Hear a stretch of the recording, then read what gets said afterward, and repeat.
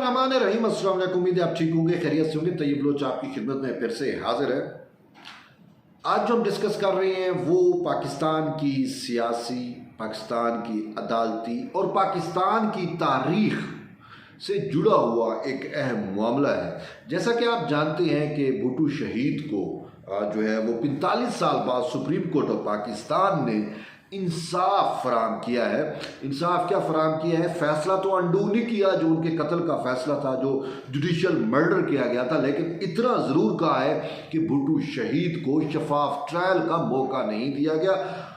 तो वो एक राय दी गई थी सुप्रीम कोर्ट ऑफ पाकिस्तान की जानिब से। चीफ जस्टिस काजी फैज़ ईसा की सरबराही में सुप्रीम कोर्ट का लार्जर बेंच बना था, याद है आपको। और इस हवाले से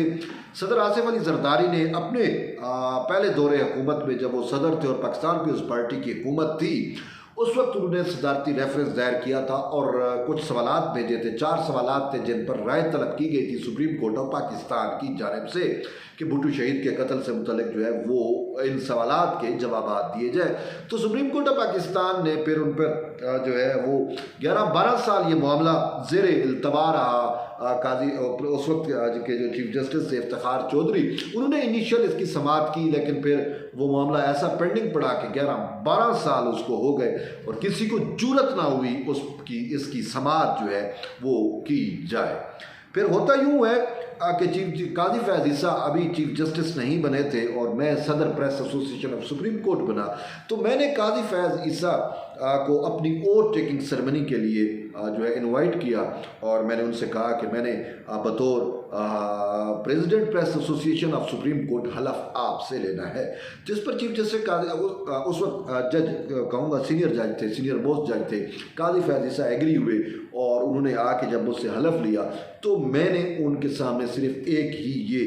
जो है मुद्दा रखा और मैंने कहा कि जो है वो चूँकि उस वक्त जो है आइन की 50वीं सालगिरह मनाई जा रही थी, तो मैंने उनको कहा कि आइन के खालिक भुट्टो शहीद को इंसाफ कब देंगे। और ये मेरी एक बात आपकी तक भी पहुंची थी, सब आपने वो चीज़ें सुनी होंगी कि हर 4 अप्रैल जब आता है तो भुट्टो शहीद के जो है वो फांसी वाली या फंदे वाली तस्वीर सुप्रीम कोर्ट की तरफ चीख चीख कर कहती है कि ऐ इंसाफ के मुनसफ हो, मुझे कब इंसाफ दोगे, मैं ही आइन का खालिक हूँ और आपने जिस आइन का तहफ़्फ़ुज़ की कसम उठाई हुई है उसका खालिक मैं हूँ और आपकी ही मक्तलगाह में जो है वो आपकी ही सुप्रीम कोर्ट मेरी मक्तलगाह बनी है, मुझे इंसाफ कब दोगे। खैर, तो उस वक्त काजी फैज़ ईसा ने जो है वो इस बात उनके दिल को लगी और फिर जब वो चीफ जस्टिस ऑफ पाकिस्तान बने तो इन सारे अमूर से जो है फ़ारिग होने के बाद उन्होंने जो सबसे पहला काम किया वो ये किया कि भुट्टो शहीद के सदारती रेफरेंस को समाअत के लिए मुकर्रर किया और फिर उस पर मुसलसल उन्होंने समाअतें की। एक लार्जर बेंच बनाया गया और फिर याद है मुझे कि भुट्टो शहीद के नवासे बिलावल भुट्टो जरदारी मुसलसल उन समातों में पेश होते रहे। सदर आसिफ अली जरदारी ने भी जो है वो एक समात में खुद आए और फिर बीबी आसफा जो है वो भी आती रही, फिर उन्होंने अपने वकला भी उसमें ऐड किए और यूँ केस जो है या वो रेफरेंस जो है उसकी समात आगे बढ़ी। और मुझे याद है सदर जरदारी साहब ने जब सुप्रीम कोर्ट में आए और मेरी उनसे मुलाकात हुई तो मैंने जरदारी साहब को कहा, उनसे जब तारुफ कराया तो जरदारी साहब ने मेरा शुक्रिया अदा किया और कहा कि आज हम यहाँ बैठे हैं तो आपकी वजह से बैठे हैं और आपकी कंट्रीब्यूशन की वजह से ये रेफरेंस समाअत के लिए मुकर्रर हो रहा है। और उन्होंने एक बड़ी तारीखी बात की जो आप सब तक पहुँचाना ज़रूरी है, वो ये उन्होंने कहा था कि शहीदों का मुझ पर कर्ज था और वो कर्ज जो है मैं रेफरेंस मैंने इसी वजह से दायर किया और फिर अब इस पे जब फैसला आएगा तो आपकी ही वजह से जो है वो अब मैं कर्ज उतारने में मुझे मदद मिलेगी और इंशाल्लाह उनके हक़ में फ़ैसला आएगा। और फिर हमने देखा कि इस पर फ़ैसला भी आया तो उस वक्त मुख्तर फ़ैसला दिया गया था जिसमें भुट्टो शहीद को जो है वो बेगुनाह करार दिया गया था। और याद है आपको जब सुप्रीम कोर्ट ऑफ पाकिस्तान वो फैसला सुना रही थी तो भुट्टो शहीद के नवासे शहीदों के वारिस बिलावल भुट्टो जरदारी की आंखों में आंसू थे, ज़ारो कतार वो रो रहे थे। सिर्फ आंसू नहीं थे बल्कि ज़ारो कतार, जिसे रोना कहते हैं, वो रो रहे थे। वो भी चीज़ें आपके सामने हैं कि शायद वो ये सोच रहे होंगे, मुझे नहीं पता कि उनकी वो क्यों रो रहे थे, लेकिन जो मैंने परस्यू किया, जो मुझे समझ आती थी कि आपने जो है एक आपकी ही इस मकतलगाह से मेरे नाना को इंसाफ तो मिला नहीं, लेकिन आपने पाकिस्तान का भी सदियों का नुकसान किया, एक सदियों के बेटे को नाहक कत्ल करके। तो बहरहाल फिर सुप्रीम कोर्ट ऑफ पाकिस्तान ने मुख्तसर राय दी थी, उन सवालात के जवाब दिए थे और उस पर डिटेल जो है वो रीजंस आनी थी, डिटेल ओपिनियन आनी थी। तो आज सुप्रीम कोर्ट ऑफ पाकिस्तान की जानिब से और चीफ जस्टिस काजी फैज़ ईसा ने जो है वो 48 सफ़ात पर मुश्तमिल जो है वो राय या फैसला या जजमेंट वर्डिक्ट जो भी आपको हो वो जारी की है, और जिसमें जो है वो बहुत उस वक्त के हालात और मुहरक़ात का भी जो है वो तफसील से जायज़ा लिया गया है। और इस राय में जो है पहले बात यह है कि मैं आप सबको जो ये सुन रहे हैं उनको कहूँगा कि आप एक दफ़ा ये राय ज़रूर पढ़ें, ख़ासकर जो तारीख़ के तालिब इल्म हैं, जो सियासत के तालिब इल्म हैं, जो ला के साल तालिब इल्म हैं, उनको एक दफ़ा ये राय ज़रूर पढ़नी चाहिए। भुट्टो शहीद तो जो है वो मासूम साबित हो गए, नाहक उनका कत्ल साबित हो गया। अब हम उनको ज़िंदा तो नहीं कर सकते, लेकिन तारीख़ दुरुस्त करने की जो काविश की है चीफ जस्टिस काजी फैज़ ईसा ने, हम उसको अप्रिशिएट करते हैं। और वाज़े तौर के ऊपर कहा गया है कि उस वक्त की जो अदलिया थी, जिसको अपनी बीबी शहीद कैंगरू कोर्ट्स भी कहा करती थी, याद होगा, तो अपना जो है इस फैसले में ये लिखा गया है कि उसकी कोई ऐनी हैसियत नहीं थी। वो एक मार्शल लॉ का दौर था और वहाँ पे बुनियादी इंसानी हकूक़ मुअत्तल थे, और जो जज जो है जिन्होंने आमिर का यानी आमिर ज़िया मरदूद का हलफ उठाया हुआ था, तो वो फिर आमरी या आमरीत की कोर्ट्स तो कह सकते हैं, लेकिन वो अवामी अदालतें नहीं थी, यानी कि पीपल्स कोर्ट नहीं थी, आपकी मेरी अदालतें नहीं थी जहाँ से आवाम को इंसाफ मिलता। वो ज़िया मरदूद की कोर्ट्स थी। तो ये कहा गया कि भुट्टो की अदालती कत्ल का बरह रास्त जो फ़ायदा हुआ वो उसी ज़िया लईन को, ज़िया मरदूद को जो है वो हुआ है। ये मरदूद लईन के लफ्ज़ मैं यूज़ कर रहा हूँ, ये आर्डर में नहीं है, ठीक है, या उस राय में नहीं है, बरह रास्त उसको हुआ। और फिर ये कि उसको ये खदशा भी था, ये एहतमाल था कि अगर भुट्टो शहीद, चूँकि वो इनोसेंट थे और अगर उनको छोड़ दिया जाता, उसका नाहक कत्ल ना किया जाता, तो फिर ये अंदेशा मौजूद था कि वो ज़िया के ख़िलाफ़ जो है वो आर्टिकल 6 की कार्रवाई करता। तो इसी वजह से फिर उनको जो है वो शहीद कर दिया गया। नाहक खून जो है वो इसी सुप्रीम कोर्ट के गले में पड़ा, लाहौर हाई कोर्ट के गले में पड़ा, उन जजेस के गले में पड़ा जिन्होंने कसम उठाई हुई थी, जिन्होंने हलफ उठाया हुआ था कि हम इंसाफ देंगे। लेकिन वो जो ये कहा गया है कि जिन्होंने इंसाफ देना था उन्होंने ही भुट्टो शहीद के बुनियादी इंसानी हकूक़ जो है वो मुअत्तल कर दिए थे। उनको शफाफ ट्रायल का जो है वो मौका तक नहीं दिया गया। इवन कि लाहौर हाई कोर्ट ने तो उनको अपील का भी हक नहीं दिया गया। और यहाँ तक कहा गया है कि पाकिस्तान तो क्या पूरे एशिया में कहीं पे ऐसी मिसाल नहीं मिलती कि किसी का ट्रायल,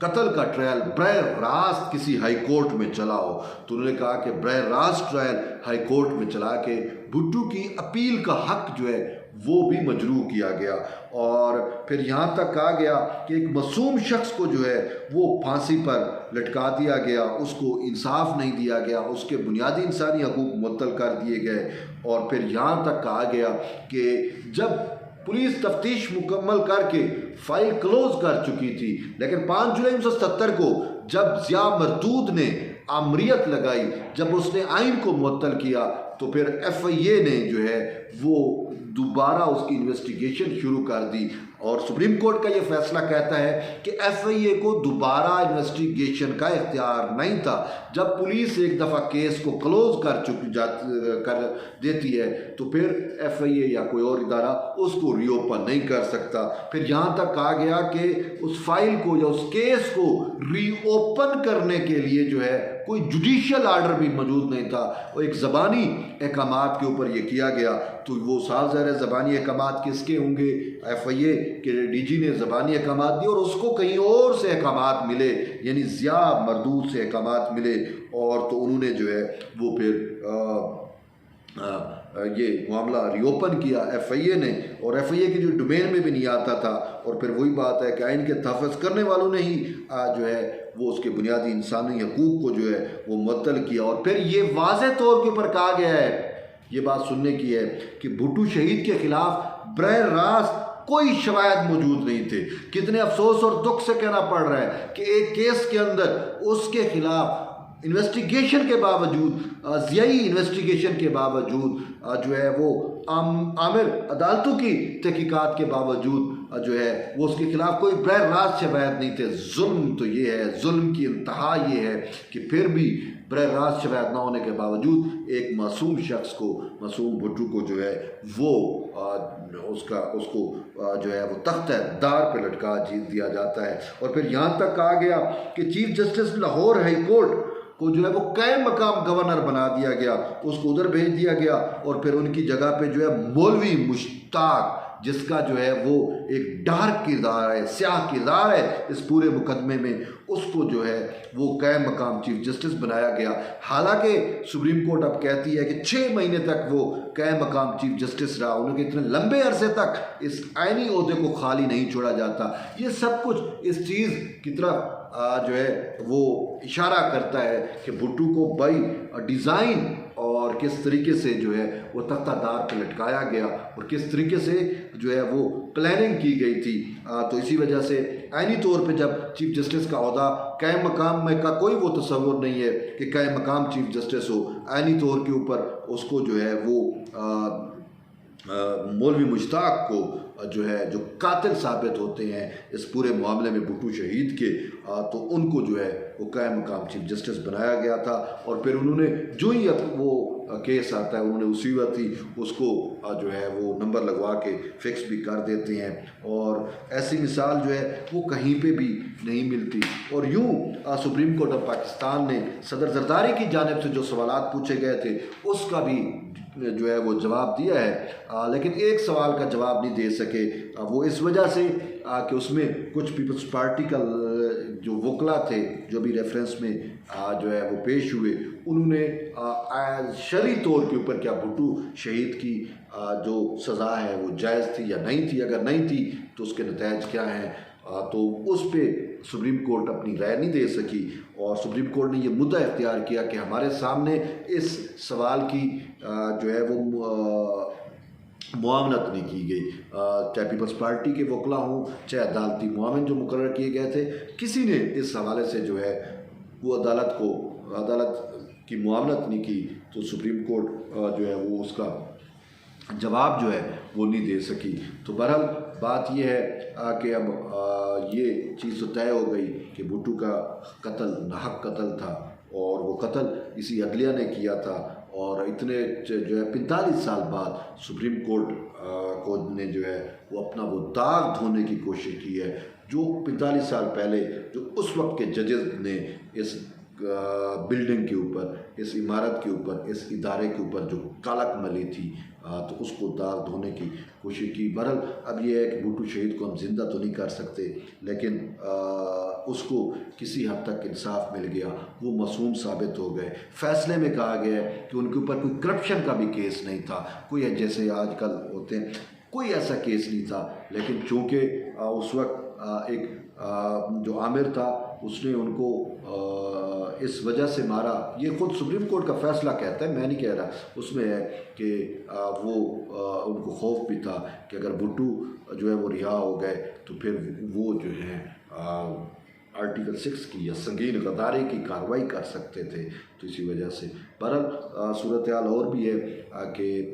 जो रीज़न्स हैं, जो वजह है उनके कत्ल की, उसमें कहा जाता है कि एंग्लो अमेरिकन ज्यूज़ थे जिन्होंने हमारी कोर्ट को, हमारी उस वक्त की हुकूमत को जो है वो यूज़ किया। और ये कहा जाता है कि जो ज़िया मार्शल था जो 5 जुलाई 1977 को लगाया गया, वो एक CIA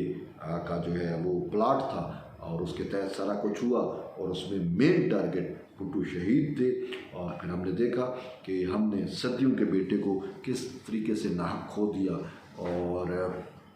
बहरहाल अल्लाह उनके जो है वो दर्जात बुलंद करे, और शहीद हमेशा ज़िंदा होता है। तो इस फैसले से अगर वो ज़िंदा नहीं हो सकते तो हमारा तो बिलीव है, हमारा अकीदा है, हमारा ईमान है कि शहीद ज़िंदा है, वो होता है, और भुट्टो भी ज़िंदा है। तो बहरहाल इतने से बात तारीख बनी है, हमें इसको अप्रिशिएट करना चाहिए, और ये सारा का सारा क्रेडिट मैं तो चीफ जस्टिस काजी फैज़ ईसा को दूंगा, क्योंकि मेरे कहने के ऊपर मेरी उन्होंने लाज रखी, मेरे कहने के ऊपर उन्होंने इस केस को, भुट्टो शहीद के सदारती रेफरेंस को जो सदर आसिफ अली जरदारी ने भिजवाया था, उसको जो है समाअत के लिए मुकर्रर किया। और देखें ये भी कितनी जो है वो अजब बात है, और बड़ी अप्रिसिएशन मेरे मुँह से निकल रही है कि सुप्रीम कोर्ट ने फैसला किया। और इसके साथ साथ जब जरदारी साहब पहले सदर थे 2008 की बात कर रहा हूँ, तो उन्होंने उस दौर में 2011 में ये रेफरेंस जो है वो सुप्रीम कोर्ट ऑफ पाकिस्तान को भिजवाया था, और फिर उसके बाद जो है उनकी हुकूमत पूरी हो गई और रेफरेंस पेंडिंग पड़ा रहा, 11 साल तक पेंडिंग पड़ रहा। अब जब वो दोबारा सदर हैं तो ही राय आई है। तो बहरहाल आप देखते हैं जरदारी साहब के पास राय पहुंचेगी, तो जरदारी साहब कह भी चुके हैं, गढ़ी खुदाबख्श में भुट्टो शहीद के मज़ार पे खड़े होकर सदर जरदारी ने कहा था कि मेरे ऊपर वही जो बात मुझे कही थी कि जो मेरे ऊपर शहीदों का कर्ज था, जो बोझ था, वो मैंने अदा कर दिया है। बहरहाल देखें कि अभी भी शहीद का भी दौर रहा, और उस वक्त भी सदर फरूक लगारी थे, और जितने भी आपके सामने सारी सूरत हाल है, किसी को वो मौका नहीं मिला। तो लेकिन जरदारी साहब को ये कुदरत ने मौका दिया कि वो सदर बने, तो उनको ख्याल आया और उन्होंने जो है वो रेफरेंस दायर किया, और फिर उस रेफरेंस पे जो है वो समातें भी हुई, और उस पर सुप्रीम कोर्ट ने राय भी दी। तो वो एक तारीख जो है वो दुरुस्त हुई, दुरुस्त सिमत चली, और दुरुस्त बल्कि तारीख दुरुस्त हुई। तो ये एक अहम डेवलपमेंट थी, मैंने कहा आप तक शेयर करूँ। तो बहरहाल मैं एट दी एंड यही कहूँगा कि आप सबको ये जजमेंट, ये राय जो है वो ज़रूर पढ़नी चाहिए। बहरहाल मिलते एक नई वीडियो में, तब तक के लिए इजाज़त दें। अल्लाह हाफ़िज़।